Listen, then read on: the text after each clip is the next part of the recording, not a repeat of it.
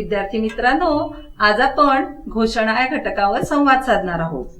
प्रतीक्षा, तू सांग बरं, तू घोषणा कुठे ऐकल्या आहेस? शाळेत, खेळात, उत्सवात, सभेत, प्रभात फेरीत, एवढंच काय टीव्हीवर सुद्धा घोषणा ऐकल्या आहेत. छान. ऋतुजा, तुला सांगता येईल का घोषणा का देतात ग? आपले म्हणणे इतरांना कळावे म्हणून घोषणा देतो. प्रतीक्षा, तू सांग घोषणेचा काय फायदा होतो? घोषणा दिल्यामुळे जनजागृती होते व आपले म्हणणे इतरांना पटते. बरोबर. आता आपल्या शाळेत आपण स्वच्छता अभियान साजरे केले होते, आठवते का तुम्हाला? हो. प्रभात फेरी काढली होती आणि तुम्ही घोषणा फलक हातात घेऊन स्वच्छतेचे महत्व लोकांना पटवून दिले. आता मी तुम्हाला काही घोषणेचे फलक देते, ते तुम्ही वाचून दाखवा. प्रतीक्षा, तू वाच ग. स्वच्छ पुणे, स्मार्ट पुणे. ऋतुजा, तू सांग बरं.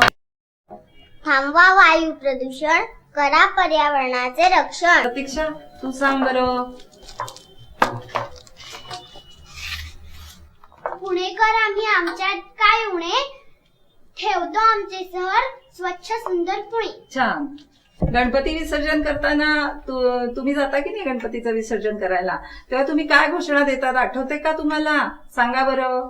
गणपती बाप्पा मोरया, मंगल मूर्ती मोरया, पुढच्या वर्षी लवकर या, गणपती गेले गावाला, चैन पडेना आम्हाला.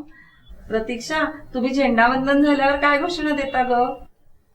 भारत माता की जय, वंदे मातरम, वंदे मातरम. आता आपण प्रदूषण ह्या विषयावर एक घोषणा तयार करूया, बरं का? प्रदूषण कशा कशाचे असते? ऋतुजा, तुला सांगता येईल का ग? हवेचे, पाण्याचे, ध्वनीचे प्रदूषण होते. आता मी तुम्हाला काही घोषणेचे फलक देते, ते तुम्ही वाचून दाखवाल का ग?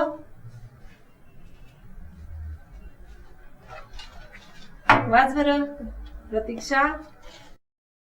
स्वच्छता ज्याच्या घरी, आरोग्य तेथे वास करी. ऋतुजा, तूही दाखवते का वाचून?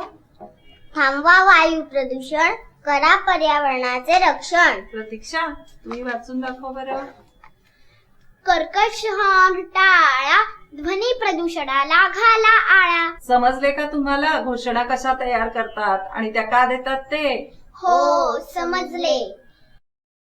विद्यार्थ्यांचं शब्दसंपत्ती वाढावी, त्यांचं वाचन वाढावं, यासाठी आपण अनेक उपक्रम वर्गामध्ये, शाळेमध्ये आखत असतो.